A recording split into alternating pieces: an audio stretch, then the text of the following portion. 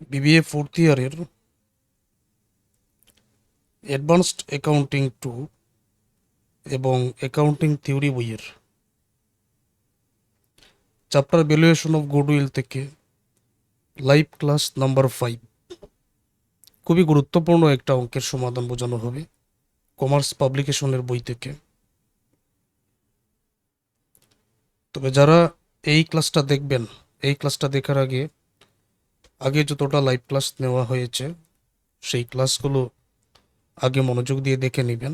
ওই ক্লাসগুলোর মধ্যে সকল প্রকার বেসিক নিয়ম কানুন আলোচনা করে বুঝিয়ে দেওয়া হয়েছে।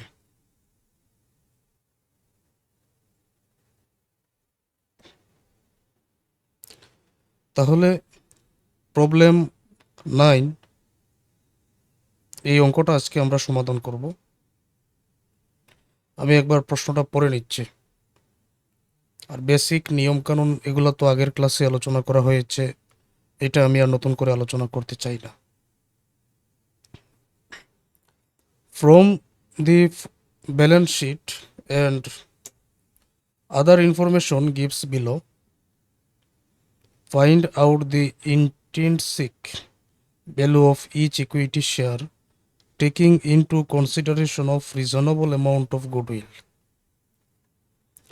ব্যালেন্স শিট থেকে যে তথ্যগুলো দেওয়া হয়েছে নিচে সাধারণ শেয়ারের অন্তর্নিহিত মূল্য, ইন্ট্রিনসিক ভ্যালু, অন্তর্নিহিত মূল্য বাহির করার জন্য বলা হয়েছে। আর এখানে কনসিডার করার জন্য বলা হয়েছে গুডউইলটা, যে ব্যবসাটা এটার তো নিশ্চয়ই একটা গুডউইল আছে, এই গুডউইলটা অবশ্যই কনসিডারে রাখবেন। তো এই গুডউইলটা কনসিডারে রেখে এইটার ইন্ট্রিনসিক ভ্যালু বা শেয়ারের অন্তর্নিহিত মূল্যটা বাহির করার জন্য বলা হয়েছে। ওকে, এখন আমরা লক্ষ্য করে দেখি এই যে ব্যালেন্স শিট দেওয়া আছে, এদিকে লাইবিলিটিস, এদিকে অ্যাসেটস।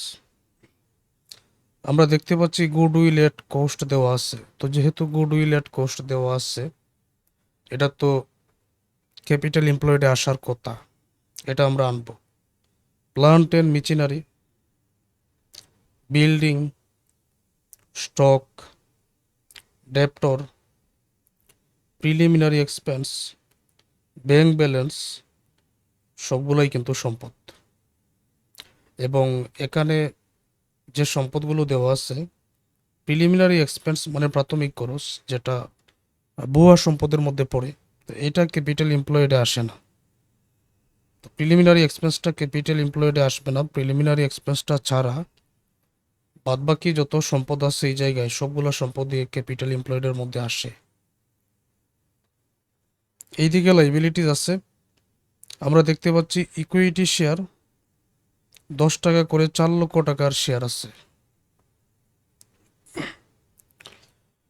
6% প্রিফারেন্স শেয়ার আছে 100 টাকা করে, 1,50,000 টাকা।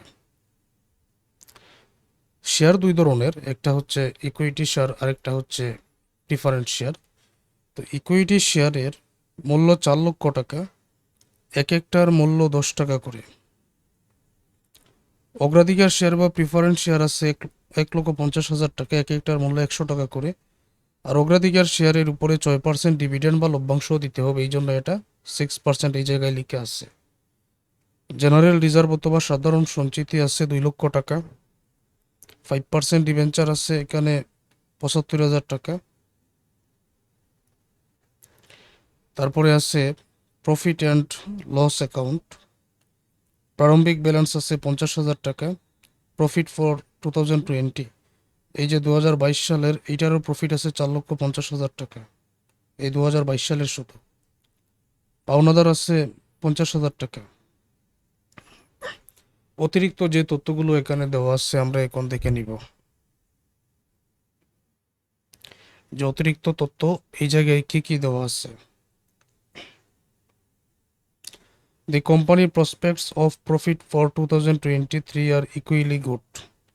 কোম্পানির প্রফিটের সম্ভাবনা, প্রসপেক্টস মানে হলো সম্ভাবনা, 2023 সালে এটা সমান দেখা যাচ্ছে, সমান হারে। 2 নম্বর এই জায়গায় আছে The dividend of preference share 2022 was not paid. 2022 সালের অগ্রাধিকার শেয়ারের লভ্যাংশ যেটা সেটা পরিশোধ করা হয় নাই। Present value of building is 15% higher than the book value. যে বিল্ডিং এর present value of building is 15% higher than the book value. এই যে বিল্ডিং এর মূল্যটা 2,25,000 টাকা আছে, তো এটা আরো 15% বৃদ্ধি পাইছে, এই কথাটাই কিন্তু এখানে বলা হয়েছে। তো এই মুহূর্তে ক্যাপিটাল এমপ্লয়েড নির্ণয় করার জন্য আমি কিন্তু বিল্ডিং এর মূল্যটা 2,25,000 টাকা নিতে পারবো না। 2,25,000 টাকা না নিয়ে আমি 2,25,000-এর আরও যে 15% ক্যালকুলেটারে বাইর করে নিব, বাইর করে যা হবে সেটাই কিন্তু আমি নিয়ে আসবো। বোঝাতে পেরেছি? 4 নম্বরে, company doing similar business show A profit of 15% on market value of share. Company doing similar business show A profit of 15% on market value of share. তো কোম্পানির ডুইং সিমিলার বিজনেস, তো কোম্পানির যে সমসাময়িক যে ব্যবসাগুলো আছে এগুলোতে দেখা যাচ্ছে profit 15% market value of share, শেয়ারের বাজার মূল্যের উপর। তো এই 15% যেটা, এটা হলো NRR, normal rate of return. আমাদের দেখা মাত্রই চিনতে হবে। Profit for the last 3 years have শোন ইন এন ইনক্রিজ টাকা 50,000 অ্যানুয়ালি। 3টা বছরের কথা উল্লেখ আছে যে গত 3 বছরের প্রফিট দেখা যাচ্ছে, profit for the last 3 years, গত 3 বছরের প্রফিট দেখা যাচ্ছে 50,000 করে বৃদ্ধি পাচ্ছে। এই মুহূর্তে আমি তোমাদেরকে একটা জিনিস বোঝাই। যেমন 2022 সালের প্রফিট বলতেছে 4,50,000 টাকা, তাহলে 2021 সালে কত হবে? 50,000 কমিয়ে দাও, তখন 4 লক্ষ টাকা। তাহলে 2020 সালে কত? আরও 50,000 কমিয়ে দাও, 3,50,000 টাকা। এই 3,50,000-এর সাথে আরও 50,000 বৃদ্ধি পেয়ে 4 লক্ষ, 4 লক্ষের সাথে আরও 50,000 বৃদ্ধি পেয়ে 4,50,000। কেন? কারণ গত 3 বছরে দেখা যাচ্ছে 50,000 করে কিন্তু প্রফিটটা বৃদ্ধি পেয়েছে। এই হলো এগুলার ব্যাখ্যা। মেক নেসেসারি অ্যাজাম্পশন, প্রয়োজনীয় কাজ করার জন্য বলা হয়েছে। এখন শেয়ারের অন্তর্নিহিত মূল্য তো আমি বাইর করব, intrinsic value of equity share, সাধারণ শেয়ারের। এবং গুডউইলটা বিবেচনা করার জন্য বলা হয়েছে, এর কারণেই মূলত আমি গুডউইলটা বাইর করব। তো গুডউইল বাইর করব অবশ্যই আমি সুপার প্রফিট মেথডেই বাইর করব। তো দেখো, আমি এখন সহজেই দেখিয়ে দিচ্ছি, খুব একটা সময় লাগবে তা না, অযথা কথা বলেও লাভ নেই। অনেকে পরে রেকর্ডেড ক্লাসটাও দেখে নেবেন, তোমাদের সময়টা খুবই মূল্যবান। তো দেখো, আমি সংক্ষেপে বুঝিয়ে দিই। শুরুতে আমরা ক্যাপিটাল এমপ্লয়েড বাইর করব। ক্যাপিটাল এমপ্লয়েডের আরেকটা নাম ভ্যালু অফ অ্যাসেটস, সম্পদের বর্তমান মূল্যটা। গুডউইল এট কস্ট দেওয়া আছে, এটা এটা আসবে। প্লান্ট অ্যান্ড মেশিনারি আসবে, বিল্ডিং আসবে। বিল্ডিং অবশ্যই 2,25,000 টাকা, এর সাথে 2,25,000-এর আরও 15% যোগ করেই আমি আনবো, কথাটা মনে রেখো। স্টক আসবে, ডেপ্টর আসবে, প্রিলিমিনারি এক্সপেন্স আসবে না, ব্যাংক ব্যালেন্স আসবে। টাকাগুলো তো এখানে দেওয়াই আছে, এগুলো আমরা নিয়ে আসবো। চলতি এর মধ্যে একটা ক্রেডিটর্স পাওনাদার শুধু 50,000 টাকাই আছে। তো এই যে দেখো,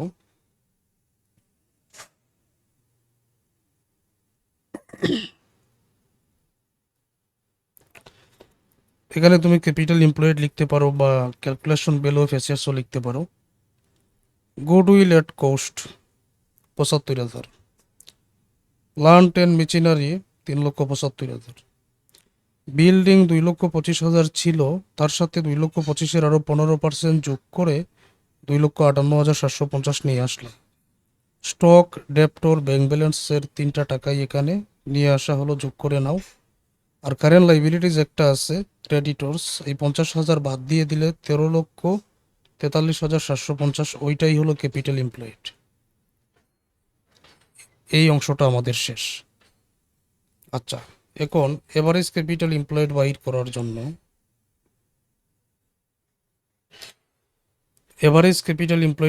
জন্য ক্যাপিটাল এমপ্লয়েড তো 1 নম্বর স্টেপে আমরা পেয়েছি half of current year profit 2022 সালের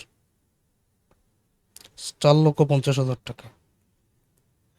কারেন্ট ইয়ার প্রফিট যেটা, এখানে তো কোনো নন ট্রেডিং ইনভেস্টমেন্ট, এটার ইন্টারেস্টও নেই যেটা আমি বিক করব। আর ডিভেঞ্চার কিন্তু আমি দেখতে পাচ্ছি ৭৫,০০০ টাকা।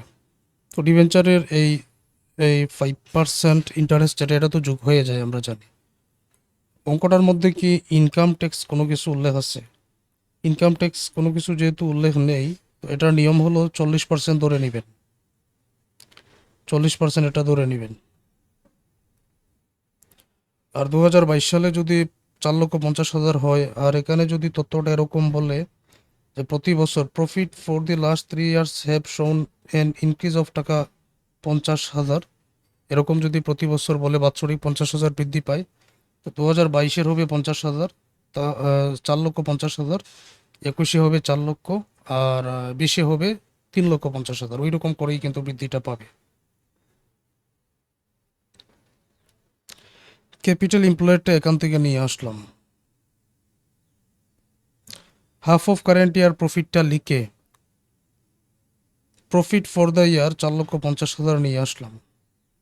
ইন্টারেস্ট অন ডিভেঞ্চার, এটা তো যোগ করতে হয়, এখানে একটু আগে বলেছি। এখন ওই টাকাটার উপরে, এই টাকাটার উপরে ইনকাম ট্যাক্স 40% এখান থেকে বিক করে 2,72,250 পাওয়া যাবে। ওইটাকে 2 দ্বারা ভাগ করে হাফ করে এখানে টাকাটা নিয়ে আসবে। উপরে এই টাকা থেকে এই টাকাটা বিক করে দিলে এইটা হবে এভারেজ ক্যাপিটাল এমপ্লয়েড। আচ্ছা, 3 নম্বর স্টেপে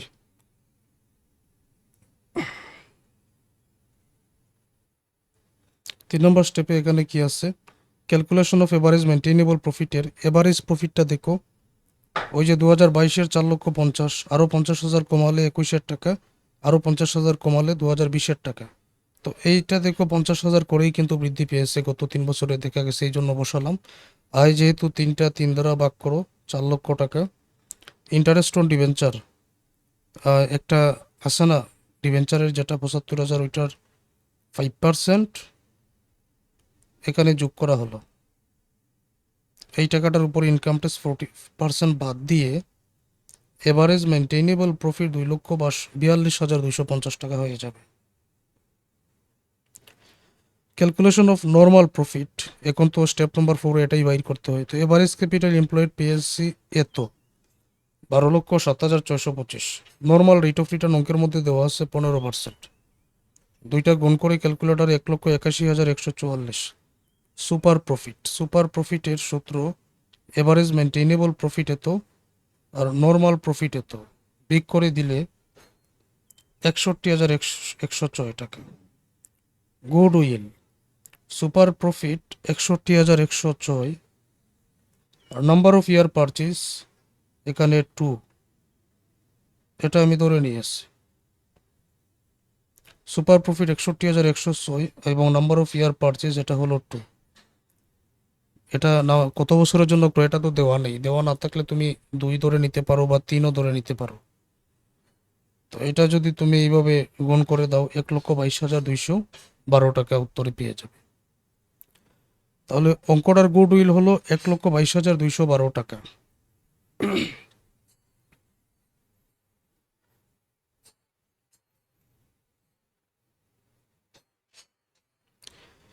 প্রশ্নে বলা হয়েছে ইন্ট্রিনসিক ভ্যালু অফ শেয়ার, সম্পদ এটা আসবে, এটা এটা স্টক ডেপ্টর, প্রিলিমিনারি তো আসবে না, ব্যাংক ব্যালেন্স আসবে। আরেকটা সম্পদ পেয়ে গেলাম, এটা হলো গুডউইল। গুডউইল কিন্তু সম্পদের মধ্যে পড়ে।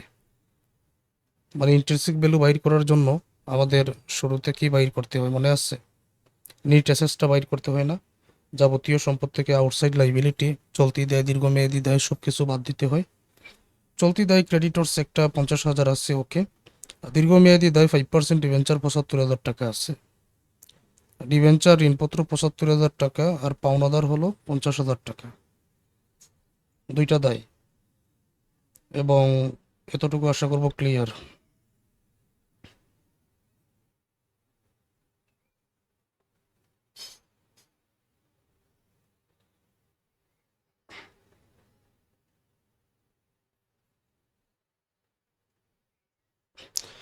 Calculation of net assets, PB of all assets. তো গুডউইল আমরা যেটা পেয়েছি বর্তমানে 1,22,200 12 টাকা। এই গুডউইলটা এখন চলে আসবে। আগের গুডউইল এখন গুডউইল এট কোর্স যেটা আনার কেন প্রয়োজন নেই। ওই গুডউইলটা আমরা কেন আনবো না, এটার কারণ হলো ওই গুডউইলটা এখানে অন্তর্ভুক্ত আছে, এই জন্য আমরা আনবো না। তো যেটা গুডউইল পেয়েছি 1,22,212 টাকা, ওইটাই আমরা এখন লিখলাম। প্লান্ট অ্যান্ড মেশিনারি, বিল্ডিং 2,25,000 ছিল, আরও 15% যোগ করে টাকাটা আনলাম। স্টক আছে এত, ডেপ্টর আছে এত, ব্যাংক ব্যালেন্স এত, যোগ করে নেবেন এত। আউটসাইড লাইবিলিটির মধ্যে একটা হলো ক্রেডিটর্স 50,000, আরেকটা হলো ডিবেঞ্চার 75,000, দুইটা যোগ করে 1,25,000। উপরের টাকা থেকে এটা বিক করলে 13,15,962 টাকা। এটা হলো net assets. Intrinsic value of share বাইর করার নিয়মটা কি? সূত্র আমি অবশ্যই আগের ক্লাসগুলোতেও তোমাদের বলেছি। 1,50,000 এটা হচ্ছে অগ্রাধিকার শেয়ার, আর এটার উপর ডিভিডেন্ড 6%, যেটা নিট অ্যাসেটস থেকে বিক করতে হয়। নাম্বার অফ অর্ডিনারি শেয়ার, 4 লক্ষ টাকার শেয়ার আছে, এক একটার মূল্য 10 টাকা।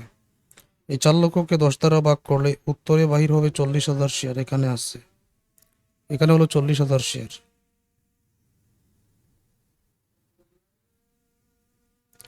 ইন্ট্রিনসিক ভ্যালু অফ শেয়ার এত, নেট অ্যাসেটস এত, প্রিফারেন্স শেয়ার 1,50,000, ডিভিডেন্ড 9,000।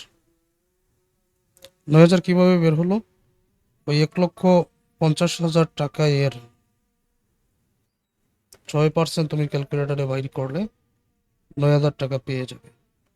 অঙ্কের মধ্যে যদি প্রিফারেন্স শেয়ার দেওয়া থাকে এটা বিক করতে হবে, এটা ডিভিডেন্ড 9,000 যদি মানে ডিভিডেন্ড দেওয়া থাকে ওইটাও বিক করতে হবে।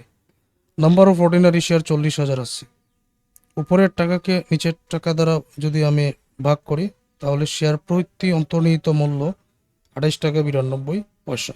That's answer. এই ধরনের একটা ম্যাথ তোমাদের পরীক্ষায় থাকতে পারে। তো আমি আরও ক্লাস নিব এই চ্যাপ্টার থেকে। এখন পর্যন্ত যতটা অঙ্কের সমাধান বুঝিয়ে দিয়েছি এগুলো হাতে কলমে প্র্যাকটিস করো। ধারাবাহিক ক্লাস থাকলে যে কেউ পারবে, কোনো সমস্যা হবে না। তো আজকের এই ক্লাসটা এই পর্যন্ত।